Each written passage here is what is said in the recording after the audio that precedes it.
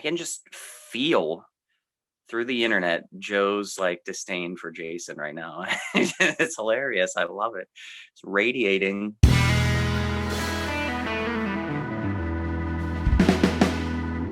What's up, everybody? Welcome back to Taste Like Music. It's our Songs of the Year series 1991. And boy, am I happy. You guys came through in a big way for me in 1990 in the poll, blowing out Alice in Chains and Faith No More with Birdhouse in Your Soul, giving me the point, much to just dismay. But Joe won in 89. So we stay the same distance apart. Cram's still hanging back. But it's another year and another chance. 91, I thought, was a strong year for albums between what I thought were two weak years, 90 and 92. But songs, I feel like the exact opposite. The charts this year, I think this is the worst year we've come across. There is like nothing I like on the Hot 100. And even from the albums that I like that I think are solid with like a bunch of good songs, there's not like standout tracks that I really wanted to give Song of the Year to. So this is the most underwhelming year by far, like of the whole series. Worse than anything in the 80s. No way. No way. And to address the standings, I don't think I'm going to make any ground here. I've got a feeling Joe and I are going to pick the same winner this year, but we'll see. I thought 91 is strong for albums, but I'm kind of with you on songs, even from the albums, even though I have like a bunch of 5 stars. I don't know if any of these songs are like among my top favorite songs of all time. They're all really good. Like there's nothing wrong with it. But I did find some very enjoyable stuff from the Billboard. Considering the weight between how good I think this year is for albums, which is one of the best ever, especially outside of the 70s. For songs, it doesn't really match that height. The Billboard charts are just bizarre because they just didn't have alternative songs on the billboards. So you still have like old school like rock bands, GNR is still charting, but Nirvana, Red Hot Chili Peppers, like a lot of their big songs didn't chart. What, is that not true? Well, it Smells Like Teen Spirit charted. I'm talking about like good songs, so I don't know why I wouldn't mention that. I just have to address Jason's winner from 1990. That is the worst thing that's ever happened on this channel, just so we know. Not to put too fine a point on it, but that song isn't even any good. I listened to it for the first time. I couldn't believe my ears. It's fine. Do we think it's a case of me and Joe just canceling out the vote, or do we really think that it's just that popular a song? I think it's got to be the demographics. Our viewers must have all gone to college in 1990 or something, because that's the only possible way. Yeah, I mean, it's just a bizarre choice. Yeah, our viewers went to college. They're well educated and they can spot a good song a mile away. Can't hear one though. Ready to get into the picks. For anybody new here, what we do for Songs of the Year, we make 2 lists each. One is 5 songs that had to have charted during the year on the US Billboard Hot 100. If they did, then they're eligible for that list. Then we do a second list of 5 more songs. That is a wildcard list, so they could be songs that also charted, or they could be deep cuts, B-sides, any type of song at all. One of the 2 lists we will hold a song back from, because we save our favorite song of the year for the end. And before we reveal the winner, we also make a pick for our least favorite top 40 song of the year. So that's the way it works. Who's kicking it off? I think it's my turn to kick. Throw out a couple ones. This was close. And again, I don't think any of these are like some of my all-time favorite songs, but I think they're awesome and I'm happy they charted. So I'm going to throw out some ones that just missed. Losing My Religion by R.E.M, No More Tears by Ozzy, and Silent Lucidity by Queensryche. I very much like, but didn't make the cut. I've got, making my list from the Billboard charts, Jason's favorite U2 song, Mysterious Ways. It's just a really cool groove. It's got those really cool like bongos or congas in the back. And I don't know, just the sound of that guitar is a little bit different for The Edge, and I really dig it. And it's catchy as hell. Maybe one of his best solos as well. Also got Michael Jackson with Black or White, a crowd favorite. It's catchy as hell. It's got a great message behind it. Very popular for the video, but I think the song doesn't get enough credit. I think it's really catchy. I think that simple, just bright guitar part is really awesome. And I love that like darker minor key like solo, and there's that little rap, and then it comes. I love when he does a kicking dirt in my eye line. There's something so cool and powerful about it. I'm also going to go with Black Crows with She Talks to Angels. It's a really pretty number. Love the acoustic guitar. Love the lyrics. It's very Black Crows. Let's also going to go with a couple of hot songs. Touch Myself by the Vinyls.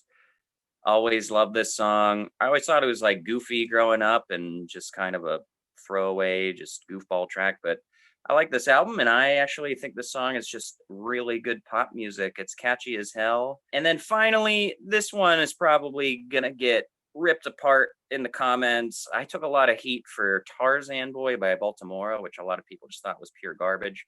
Not Joe, because he's college educated, smart guy that can hear a good song when he hears it. I'm gonna go with Good Vibrations by Marky Mark and the Funky Bunch. I don't give a shit, whatever guff I get for this. I love this song. I think it's catchy as hell. Love that simple piano part. It sounds kind of crappy, but also like perfectly early 90s cheesy crappy. The rapping on it is pretty bad, but I can't rap well, so this is easy for me to follow along with. But you have to, even if you hate this song, the hook on it, the female hook, is just stunningly powerful and awesome. And I don't know, I just associate this with like some of my earliest memories hearing this song. Like when I was like 5 or 6, I remember like watching my aunt, who was like 18 or 19 at the time, like getting all dressed up with it on and going out to like a party or something. And I was like, oh wow, it's pretty cool. So I think it's a really catchy, enjoyable song, and I'll hear none of it in the comments or among you two. 91, interesting year. Like I said, a lot of things that I liked and was planning on doing in 91 happened to chart in 92. So I don't really know where to place these things. There's so much carryover. Every song I was picking, like, oh, wait, that charted in 92. Maybe I should push it. I don't know. So for my top songs here for 91, on the Billboard charts, I'm going to go with No More Tears from Ozzy Osbourne. Really long song to be charting, but that bass riff, that like on the vibrato on the bass is just crazy. Zakk Wylde comes in with some just monster solos. If you love pinch harmonics, you will love this song. Number 4, I'm going to go with a little Amy Grant with Baby Baby. Just super fun. Just, I don't know. There's something about that song that just, puts a smile on my face. It's great. Number 3, Prince's final appearance on my charts, maybe. He had a couple of good ones. Diamonds and Pearls gets overlooked a little bit, the album, because, Nirvana and stuff. But a couple good singles from there. I'm going to go with Cream, I think, for mine. Although Diamonds and Pearls, also great. But Cream, it has this like bluesy country vibe to it, which is really cool. And I believe it's sort of like his spin on T-Rex's Bang a Gong. So that's pretty cool. Number 2, hopefully this will upset some of you R.E.M. purists, but I'm going to get Shiny Happy People on my list. For a pop song, I think it's just great. I love the backing vocals from Kate Pearson, B-52s. And just a really fun, happy, shiny, happy song. Number 1 will be a song Kramzer had earlier, Mysterious Ways from U2. Not the biggest Achtung Baby fan, but I really love Mysterious Ways. Just a great kind of dancey groove. It's different, it's not that big ringing, echoing, reverb heavy guitar. So it sounds cool. Good single from them. Yeah, that's it. That's my 5. All right. Yeah. Cram's right. Mysterious Ways is my favorite U2 song. It almost made my list because that is how little else I could find. So I'm going to start out with Crazy by Seal. I think it's got a great chorus. I love Seal's voice. The track was produced by the great Trevor Horn. I've got Learning to Fly by Tom Petty. Great song. Some of Jeff Lynne's best production, I think. The acoustic guitar sounds so good on it, and it really captures like the vast openness that's reflected in the song's lyrics. It's just kind of the sound of it matches the lyric, and it's really great. Then I've got Rush by Big Audio Dynamite 2. Really great pop tune from Mick Jones, full of really cool samples, just a bunch of really good ones, notably Baba O'Reilly. You got some organ from Child in Time by Deep Purple, but a bunch of other ones too. There's like some spoken word bits by Peter Sellers, and I don't know, just a really fun track. Then I've got Stand By My Woman by Lenny Kravitz. And man, Lenny Kravitz in 91, when you look at the rest of the Hot 100, he is just so far ahead of the pack. His stuff from this year just sounds so much better than everything else on the pop charts. I think this is a great soul throwback, really detailed production. I love the delay on the vocals. Just great, a really beautiful ballad. And then my other track for the Hot 100 is It Ain't Over Till It's Over by Lenny Kravitz. Just killer groove, great bass line. Love that awesome like comping electric guitar, really great string arrangement. Lenny's singing in a great falsetto. Then after the bridge section, he comes back with like this like electric sitar sound, which is really cool. I just think it's a really well produced, excellent track. You know, a year is bad though when you got 2 Lenny Kravitz songs cracking the Billboard list. Come on, let's refrain from taking shots at LK. Come on. I can just feel through the internet Joe's like disdain for Jason right now. It's hilarious. I love it. It's radiating. All right. From here on out, except when we talk about our least favorite top 40 song, I'm only going to be talking about songs that were on my or are represented by my album of the year nominations. I've got Sometimes by My Bloody Valentine, probably my favorite song on Loveless. I think it's just a beautiful, simple, mopey shoegaze love song. The lyrics aren't anything like too complex. It's just really honest, heartfelt stuff that is just brought to life with that amazing, shoegaze glide guitar. The sound is just so awesome of that guitar on that song and that album. I'm also going to throw out a couple from Achtung Baby. I've got Ultraviolet, Light My Way, in parentheses, which is just awesomely like downhill, pulsating, and really freeing at the same time. And I love just that simple guitar strumming Edge is doing that just is kind of making everything click while you just feel like you're in free fall. And then a song that kind of hits some of the same sensations and emotions, but is almost more of just like a big like love song ballad with this wide open scape is Who's Gonna Ride Your Wild Horses. Absolutely fantastic song that sounds like you're in like this dungeon, a lot of reverb and stuff going on, kind of spinning around you, and then kind of just explodes and is just awesome. And I think the chorus is great, really powerful. Bono sounds great. Stop ripping yourself, Bono. And then finally, I'm going to go with Jeremy by Pearl Jam. When we talked about this, or I talked about this on the Pearl Jam song video, I said it's got to be up there among my favorite just male vocal performances of all time. And that is so true. However, the song that wins it for me this year is a better male vocal performance. So you don't have to go far in the year to find it. But Jeremy is awesome. I mean, everyone knows the song. They're probably sick of hearing it. I'm never sick of hearing it because every time I listen to it with headphones, I find like some other cool little technique or harmony or layering that Eddie Vedder's doing. And make fun of him for what you want. Everyone does that Eddie Vedder impression, but that's really not his fault. They just influenced a lot of crap bands, unfortunately. But he sounds amazing on here because the production is just so crystal clear and like big and anthemic. And I think it's a tremendous song. It's really kind of dark and moody, but catchy as hell at the same time, which is hard to pull off. But saving my winner. Let's see what you guys got for your nominations.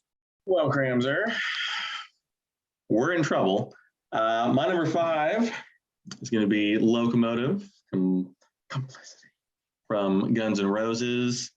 I just absolutely love Slash's guitar work on this.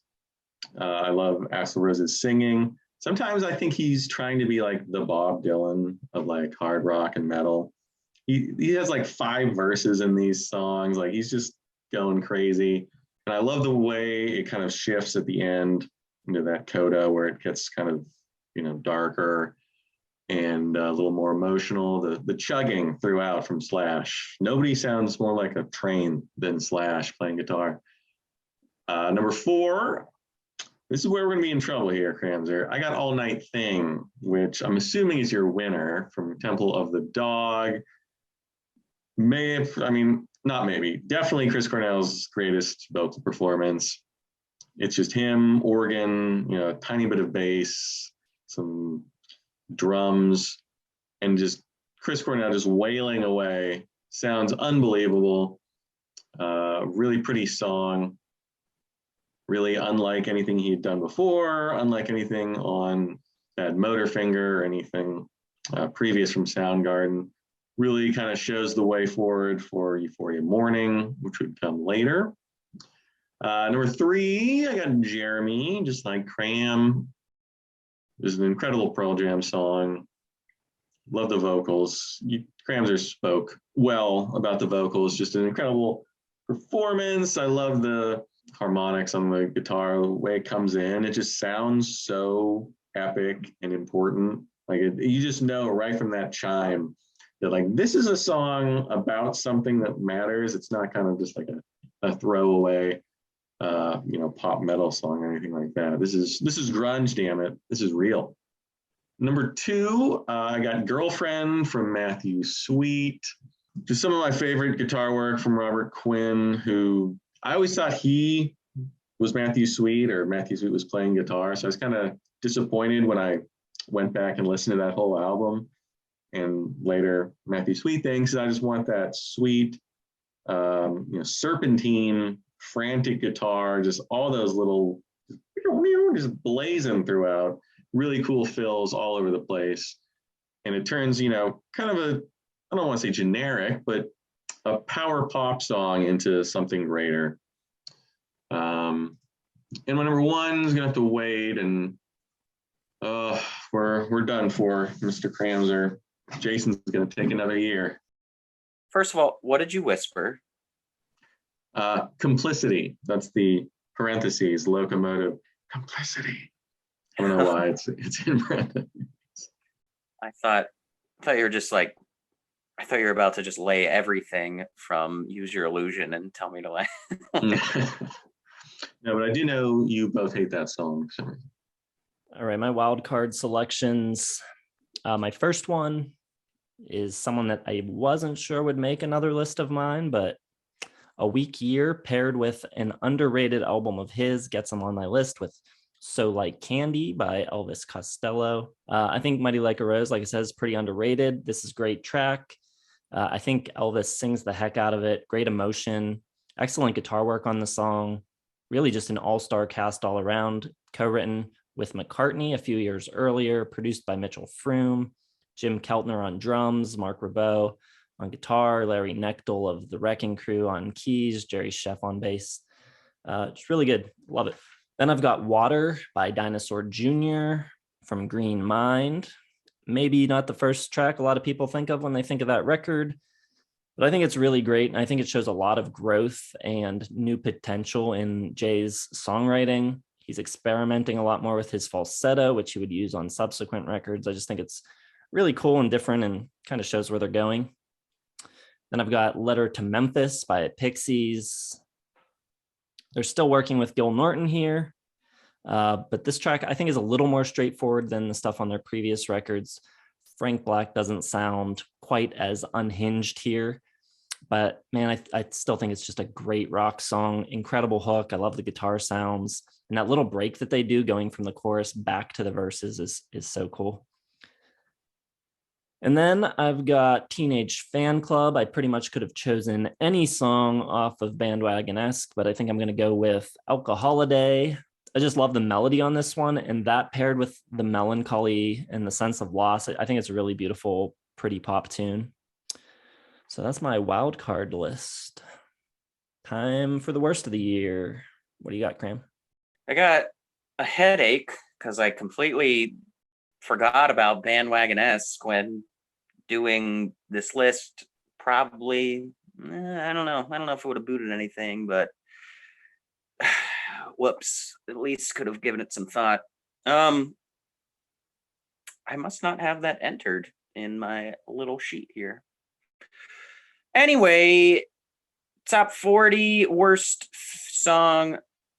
We all approach this a little differently, as you guys are well aware. I tend to do stuff that I know and hate. Jason really digs deep for the pure garbage. I'm going with More Than Words from Extreme. Cannot stand this song. I think it's so lame, so dull, and not just in like that douchey college rock acoustic guy on a bed kind of way, but it's just not a very eventful song. I don't think it's very pretty.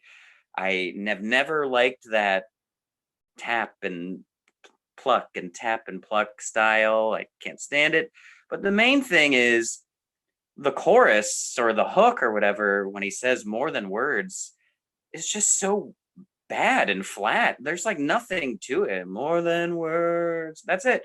I don't get it. It doesn't fit in anything. It's got no rhythm. It just comes out of nowhere. I don't get this song. I hate this style. I hate this. I hate that Mr. Big song. I just can't get into it. More Than Words, Extreme. I love that song. A girl asked me to learn it for her. I did, and it made me appreciate it more because it is really kind of cool chords and stuff like that. So I like it. My least favorite song of 1991 is going to be "I'm Too Sexy" by Right Said Fred. Just you know how it sounds. I'm too sexy for a list of different things, and I kind of think it's clever in some ways, but it's also just so repetitive and so just, I don't know, bad. Just a kind of bad representation of what was popular in the early 90s. So bad song. It's like a pit bull of the early 90s, kind of. Yeah. All right, my pick for the worst top 40 song of the year, I got to go with Rico Suave by Gerardo. Man, is that a stupid song. Really annoying hook. But man, when you don't even realize when you're listening to it just how bad it is until you dig into the lyrics. I've never heard a song where the singer of the song makes themselves out to be such a huge dick. Like he's doing himself no favors in this song. The lyrics are so funny, and I don't know, it just makes me laugh. When he says, "I don't drink or smoke, I ain't no dope, won't try no coke, ask me how I do it, I cope. My only addiction has to do with the female species. I eat them raw like sushi."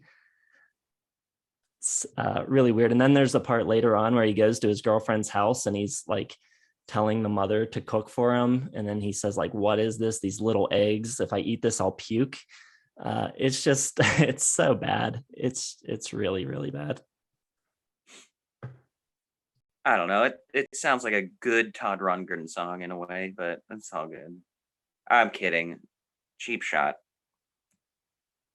Shall we talk about the winners? Joe was right. My winner is All Night Thing. Temple of the Dog. They're big, powerful. I mean, Cornell's powerful on it, but Joe's right. It's very minimalist with the music going on in the back.